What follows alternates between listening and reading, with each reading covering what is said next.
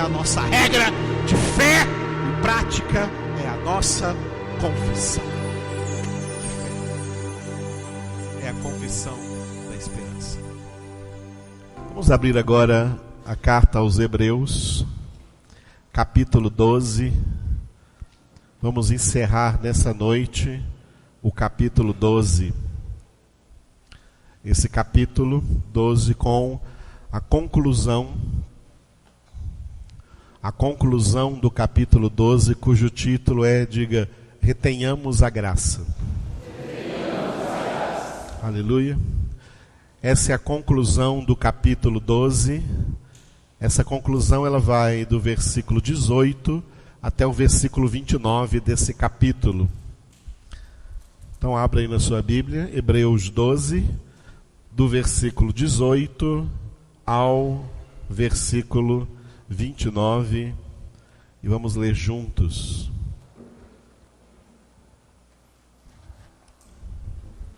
Quem encontrou, diga glória a Deus. Todos. Ora, não tendes chegado ao fogo palpável e ardente, e à escuridão, e às trevas, e à tempestade, e ao clangor da trombeta, e ao som de palavras tais, que quantos a ouviram, suplicaram que não se lhes falasse mais, pois já não suportavam o que lhes era ordenado. Até um animal, se tocar o monte, será apedrejado. Na verdade, de tal modo era horrível o espetáculo, que Moisés disse: sinto-me aterrado e trêmulo.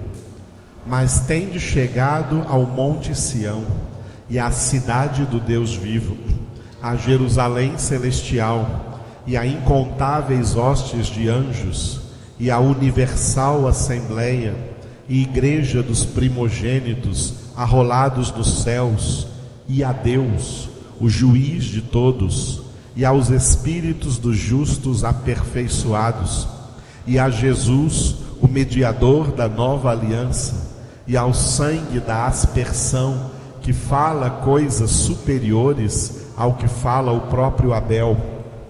Tende cuidado, não recuseis ao que fala, pois se não escaparam aqueles que recusaram ouvir quem divinamente os advertia sobre a terra, muito menos nós, os que nos desviamos daquele que dos céus nos adverte. Aquele cuja voz abalou então a terra, agora porém ele promete, dizendo: ainda uma vez por todas farei abalar não só a terra, mas também o céu. Ora, esta palavra, ainda uma vez por todas, significa a remoção dessas coisas abaladas, como tinham sido feitas, para que as coisas que não são abaladas permaneçam.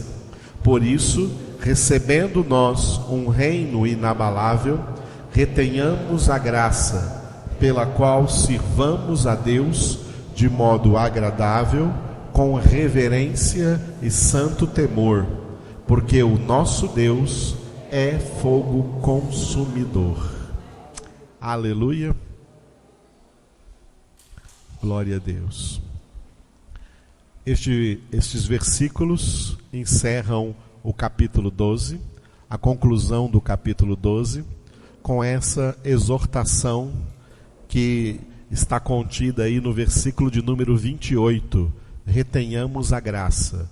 O versículo 28 diz: por isso, recebendo nós um reino inabalável, retenhamos a graça, pela qual sirvamos a Deus de modo agradável, com reverência e santo temor.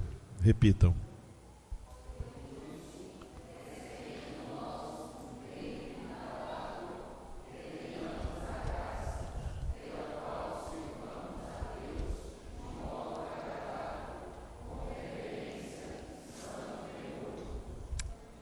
Aleluia. Retenhamos a graça? O que é a graça? A graça é o dom precioso da salvação. A salvação é um presente que Deus nos deu, e presente significa algo que não se pode, não se consegue retribuir. Esses presentes que nós pensamos que é presente, que são presentes, que nós damos aí uns para os outros, que as pessoas dão aí quando faz, por exemplo, amigo secreto, dá um presente para receber outro presente. Isso não é presente. Presente tem duas características. Um presente, para ser um presente, ele tem que ter duas características. Primeira característica, que quem recebe esse presente não tem como retribuir. Essa é uma das características. Se você presenteia alguém e essa pessoa tem como te retribuir, esse presente que você deu não é presente. Ela tem como te retribuir. Jesus disse assim, ó, se você está para dar um banquete, não convide aquelas pessoas que também podem dar um banquete depois e convidar você. Se você está para dar um banquete, convide pessoas que não têm condições de depois te dar um banquete. Aí você está dando um presente. A graça da salvação é um presente que Deus nos dá e nós não temos como retribuir esse presente a Deus. Segunda característica do que é presente. Primeira característica, não é possível haver uma retribuição. Segunda característica, um presente é dado a alguém que não merece recebê-lo. O que nós hoje chamamos de presente é hipocrisia. Você dá um presente para uma pessoa e fala assim, estou comprando esse presente para você porque você merece, você é uma pessoa muito bacana, você merece, estou te dando esse presente. Isso não é presente. Característica de presente, característica de dom, característica de graça, é graça imerecida. É dar um presente para quem não merece este presente. Dar presente é dar um presente que a pessoa não merece e que a pessoa não pode retribuir. Isso é presente. Pensando nisso, quantos presentes você já deu na vida?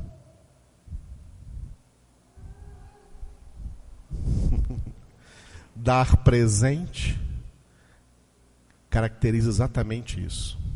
O maior presente, a maior dádiva, a maior graça que nós recebemos de Deus foi a salvação. E esse presente tem essas duas características. Nós não merecemos a salvação, não merecemos esse presente. E não temos como retribuir a Deus tamanha dádiva, tamanho presente. Deus é galardoador. Deus é alguém que sabe presentear. O presente de Deus realmente é o presente. Ele nos deu seu Filho Jesus, que está presente conosco todos os dias até a consumação do século. Que está presente conosco cada vez que nos reunimos em seu nome, para nos edificar na sua palavra e nessa palavra nos exortar a que retenhamos a graça, que não desvalorizemos este presente que nós recebemos. que nós demos a este presente que nós recebemos o máximo de valor que ele representa para nós. Se Deus nos alcançou pela graça para sermos seus filhos, para sermos salvos, nós precisamos nos agarrar a esse presente de unhas e dentes, com todas as nossas forças. Isso é o que significa retenhamos a graça. Nós vimos no capítulo 12 exemplos maus de pessoas como Esaú, que desprezaram a graça, que desprezaram a bênção de Deus por amor das coisas do mundo. O amor das coisas do mundo fazem você perder a graça de Deus. E uma igreja inteira pode se tornar uma igreja desgraçada, uma igreja que perdeu a graça de Deus. Nós lemos isso em Apocalipse capítulo 3, a igreja de Laodiceia. A igreja dos laodicenses era uma igreja que, por ser uma igreja cristã, uma igreja de Cristo Jesus, ela deve a sua existência, o seu começo, desde que essa igreja começou, ela começou na graça. Mas os crentes daquela igreja não retiveram a graça, desvalorizaram a graça e fizeram uma igreja de Cristo sem o presente, sem Cristo. Cristo está fora daquela igreja. É tanto que em Apocalipse capítulo 3, versículo 20, Jesus diz: eis que estou à porta e bato. Quem bate à porta, de que lado está? De dentro ou de fora? Está de fora. Cristo está fora daquela igreja. Ele está batendo a porta através da pregação da verdade do Evangelho, para ver se aí dentro daquela igreja ainda existe alguém que tenha capacidade de ouvi-lo. E se tiver, ele vai entrar na vida dessa pessoa, na casa dessa pessoa e cear com ela, e ter comunhão com ela. Mas nessa igreja ele não entra nunca mais, porque essa igreja é a igreja dos que não retiveram a graça, perderam a graça de Deus, se tornou uma igreja desgraçada. Mas eles não enxergam isso. Os crentes que estão nessa situação, eles não enxergam isso. Laodiceia era uma das igrejas antigas da Ásia Menor, mais abastadas, mais rica. E ela dizia assim: somos ricos e abastados e não temos necessidade de nada. E Jesus disse para ela, para essa igreja: e tu não sabes que tu és miserável, desgraçado, pobre, cego e nu. Uma igreja que perdeu a graça. Pessoas que não retiveram, porque não valorizaram este presente que o Senhor lhes dera, a sua salvação. Perderam a salvação. Pessoas ganham salvação e perdem salvação. E tem pessoas que ganham salvação e jamais perdem a salvação. Jesus chamou as pessoas que ganham salvação e perdem salvação, Jesus as chamou de muitos chamados. E Jesus chamou de poucos escolhidos, aqueles que ganham salvação e não perdem a salvação, porque eles retêm a graça de Deus. Essa conclusão de Hebreus 12 traz para nós um quadro mostrando como nós, que vivemos na época do Novo Testamento, não temos a menor razão para desprezar a graça de Deus. Nós temos motivos de sobra para reter a graça de Deus. Por isso que nessa conclusão, a partir do versículo 18, o autor faz uma comparação da revelação de Deus ao povo da antiga aliança e a revelação de Deus a nós, o povo da nova aliança. O povo da antiga aliança, aconteceu com eles o que não acontece conosco, e o que está escrito aqui do versículo 18 até o versículo 21. Você vai ler comigo isso daqui. Isso aqui é a maneira como Deus, no Monte Sinai, revelou-se a Moisés e aquele povo lá embaixo, que tremia de medo de ouvir a voz de Deus, e muitos ali foram até mortos pelo fogo consumidor. O último versículo do capítulo diz que o nosso Deus é fogo consumidor, e por esse fogo muita gente morreu no deserto. A revelação de Deus no Antigo Testamento foi uma revelação na terra. Deus mesmo veio à terra no Monte Sinai e se revelou a eles no Antigo Testamento. Assim, para nós foi diferente. Para eles foi assim. Por isso que está escrito assim para nós. Lê comigo 18 até o 21. Ora, não tendes chegado ao fogo palpável e ardente, e à escuridão, e às trevas, e à tempestade, e ao clangor da trombeta, e ao som de palavras tais, que quantos a ouviram, suplicaram que não se lhes falasse mais, pois já não suportavam o que lhes era ordenado. Até um animal, se tocar o monte, será apedrejado. Na verdade, de tal modo era horrível o espetáculo, que Moisés disse: sinto-me aterrado e trêmulo. Esse espetáculo ao qual se refere o versículo 21, foi a revelação da lei no Antigo Testamento, lá no Monte Sinai. Uma revelação que Deus deu àquele povo, aqui, da terra. Ele desceu à terra para se revelar àquele povo. Para nós foi diferente. Para nós da antiga aliança, Deus se revelou desde os céus. Por isso o versículo 22 aí começa com uma conjunção adversativa. Leia comigo agora do 22 ao 24.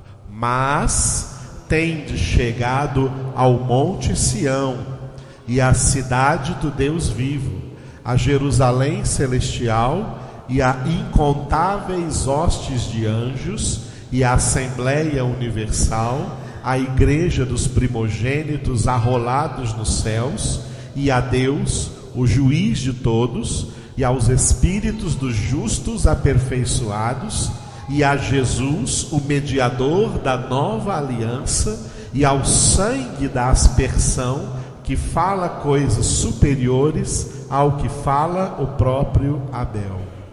O que significa tendo chegado ao monte Sião, a cidade do Deus vivo? Os versículos anteriores falam de outro monte, fala do monte Horebe, do monte Sinai, que queimou pelo iroso resfolgar da ira de Deus, derramando ali as palavras da lei. Pela lei ninguém é justificado diante de Deus. Mas nós chegamos no Monte Sião. O Monte Sião representa Cristo, a cidade do Deus vivo, a Jerusalém celestial, a Jerusalém do alto, que é a nossa mãe, a incontáveis hostes de anjos que sobem e descem sobre Cristo Jesus, como Jacó viu subindo e descendo sobre a escada. Jesus é a escada de Jacó. A universal assembleia dos santos de Deus, a assembleia dos eleitos de Deus. Aqui, universal assembleia é a igreja dos eleitos, a igreja dos que perseveram, a igreja dos que se santificam, que é chamada no versículo 23 de a igreja dos primogênitos, porque eles fazem parte do corpo de Cristo, que é o Filho primogênito de Deus diante de uma multidão de irmãos, cujos nomes estão arrolados nos céus, ou seja, escritos no livro da vida do Cordeiro, desde antes da fundação do mundo. Nós chegamos a Deus. No Antigo Testamento eles chegaram à lei de Deus. No Novo Testamento nós chegamos ao próprio Deus. No Antigo Testamento eles chegaram às ordenanças de Deus. Nós no Novo Testamento, através de Cristo Jesus, nos achegamos ao próprio Deus, que é o juiz de todos, aos espíritos dos justos aperfeiçoados, os santos da antiga aliança que viveram pela fé, mesmo sabendo que o cumprimento das profecias e promessas que eles recebiam na palavra de Deus era de futuro, não era para eles. Eles acreditaram nessas profecias que eram futurísticas, que eram para se cumprir para nós, em nosso tempo, no tempo em que nós estamos vivendo, porque Jesus já veio e nós somos alcançados por essa graça. Mas aquelas pessoas foram justificadas, e é a elas que se refere o autor, quando diz aqui no versículo 23, espíritos dos justos aperfeiçoados. E, atingindo um clímax aqui no versículo 24, nos chegamos a Jesus. Jesus que é maior que Moisés. Eles tiveram Moisés. Depois de Moisés eles tiveram Josué. Depois de Josué eles tiveram os juízes. Depois dos juízes eles tiveram os reis. Junto com os reis eles tiveram os profetas. Até o profeta Malaquias. Todos os profetas do Antigo Testamento. Nós temos alguém que é maior do que eles. Que é maior do que Jonas, que é maior do que Salomão, que é maior do que Isaías, que é maior do que Moisés, que é maior do que Daniel, que é maior do que Malaquias, que é maior do que Jeremias. Nós temos Jesus. Jesus como mediador da nova aliança. Moisés foi o mediador da antiga aliança. Moisés morreu e está esperando a ressurreição. Jesus é o mediador da nova aliança, pela qual ele também morreu para selar essa aliança com seu sangue, mas foi ressuscitado ao terceiro dia e está vivo para dizer para nós: a aliança com o meu sangue, com a minha palavra, com o meu evangelho, é essa que está valendo. Essa que é a nova aliança, essa que é a eterna aliança, baseada no sangue da aspersão, no sangue derramado por Jesus, que fala, que dá para nós um testemunho maior do que o testemunho de Abel, que é o primeiro justo da antiga aliança. O testemunho dos homens da antiga aliança, que nós vimos no capítulo 11, começando de Abel, foi um testemunho muito contundente. Mas o testemunho de Jesus é maior do que todos. Nós temos o testemunho de Jesus. E o testemunho de Jesus é a totalidade do Novo Testamento. Por isso agora vem a exortação final. Diante de tão grande graça que nós recebemos de Deus, olha a primeira frase do versículo 25 e repita: tende cuidado, não recuseis ao que fala.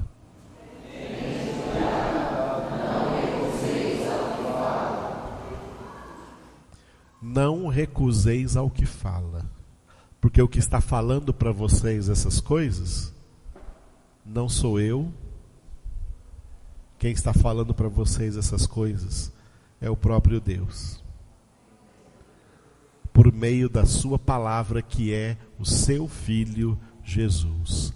Não menospreze a palavra de Deus que você está ouvindo.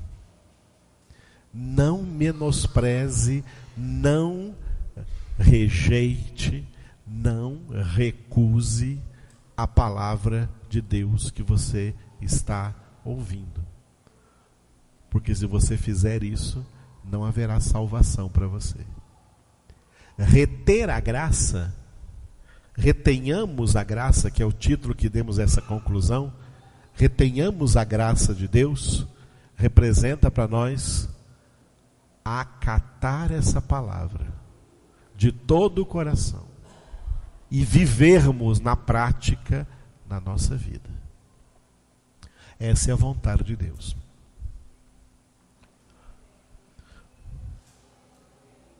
A argumentação é muito simples. Continua no versículo 25 e veja: pois, se não escaparam aqueles que recusaram ouvir quem divinamente os advertia sobre a terra, muito menos nós, os que nos desviamos daquele que dos céus nos adverte. Aquele cuja voz abalou então a terra, agora porém ele promete dizendo: ainda uma vez por todas farei abalar não só a terra, mas também o céu. Aleluia. Ora, esta palavra, ainda uma vez por todas, significa a remoção dessas coisas abaladas. As coisas antigas já passaram. As normas antigas já passaram. Agora nós temos uma boa nova, um evangelho, o evangelho de Cristo Jesus, que são as coisas que devem permanecer, coisas que não são abaladas. Por isso, amados, o Novo Testamento na palavra de Deus é a parte mais importante da Bíblia. São as coisas que não são mais abaladas. O Antigo Testamento, coisas que ainda iam ser modificadas, coisas que ainda eram imperfeitas, leis, orientações, instruções que ainda eram imperfeitas, até que chegasse aquele que é perfeito. Até os mediadores eram imperfeitos. Moisés era imperfeito. Os profetas eram imperfeitos. Os sacerdotes eram imperfeitos. Mas Jesus Cristo é o Filho perfeito. É o sumo sacerdote perfeito. É o perfeito profeta de Deus da nova aliança e o perfeito mediador entre Deus e os homens. Nós estamos agora com as coisas que não são abaladas. E tem muitas igrejas hoje ainda praticando coisas da antiga aliança hoje na igreja de Cristo Jesus. Dizendo que é a igreja de Jesus e praticando coisas da antiga aliança, coisas que já passaram, eram sombras das realidades vindouras. Nós já estamos com as realidades vindouras. Jesus Cristo está bem aqui conosco nesse momento. É só dele que nós precisamos. Aleluia. Por isso, versículo 28, que foi o que nós lemos, que nós repetimos: recebendo nós um reino inabalável, retenhamos a graça, pela qual, repita essa frase, sirvamos a Deus. Sabe o que é servir a Deus? Servir a Deus é adorá-lo em espírito e em verdade. Servir a Deus é cultuar a Deus. Culto não é essa reunião que estamos fazendo aqui. Essa aqui é a reunião da congregação. Culto é 24 horas por dia. Culto é o tempo todo. Adoração a Deus é o tempo todo.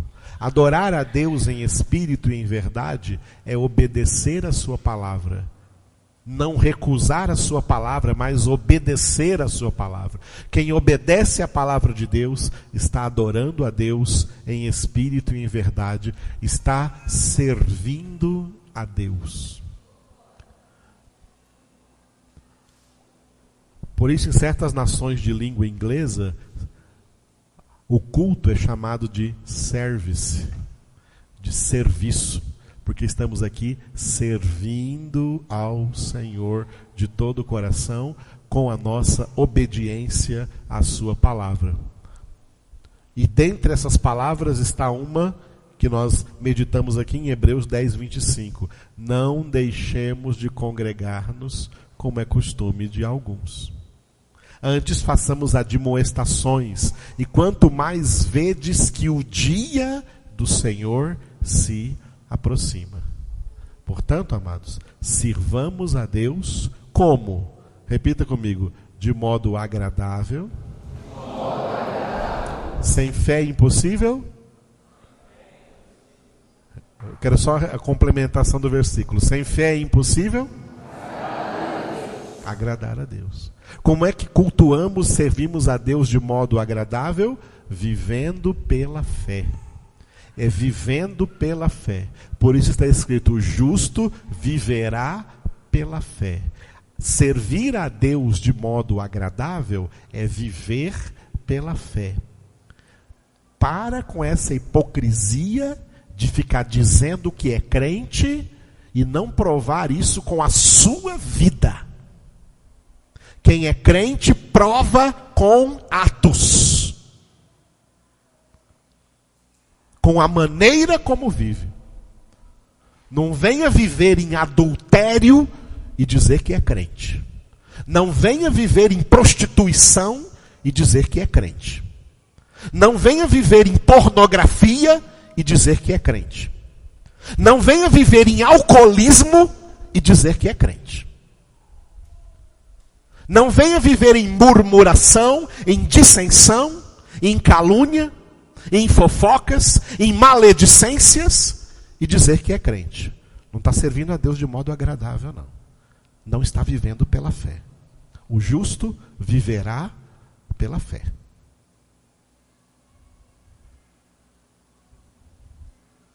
Entenderam? Entenderam? Os crentes aqui entenderam? Viver pela fé é viver de modo que Deus se agrade da maneira como você está vivendo.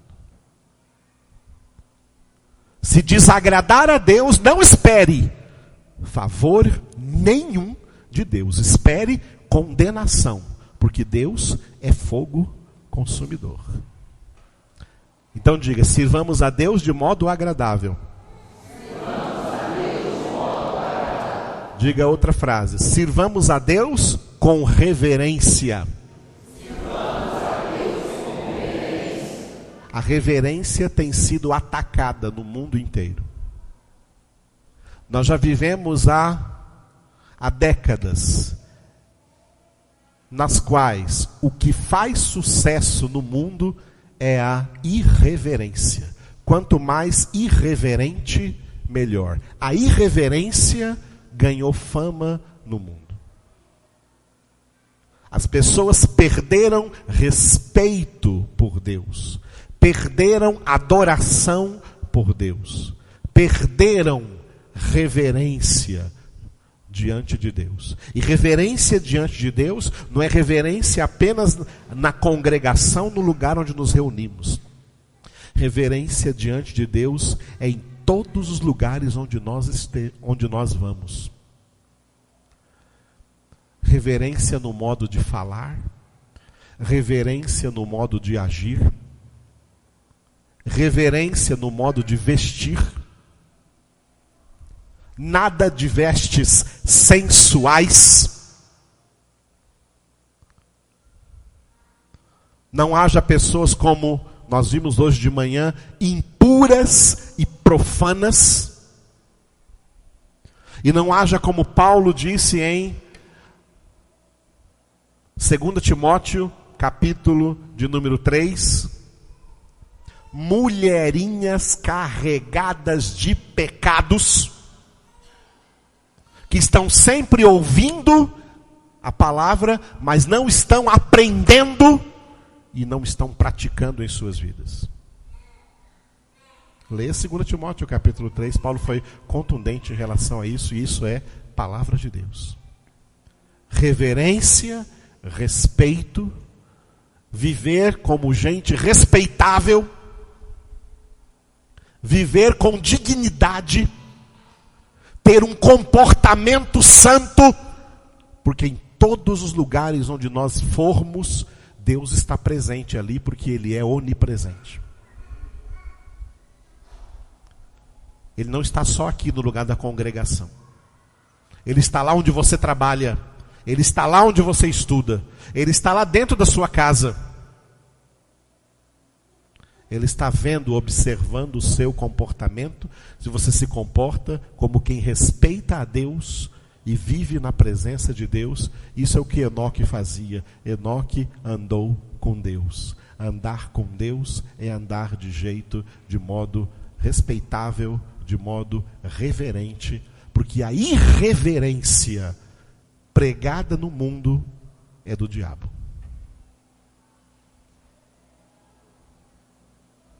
Aleluia, amados. Então diga: sirvamos a Deus de modo agradável. Sirvamos a Deus com reverência.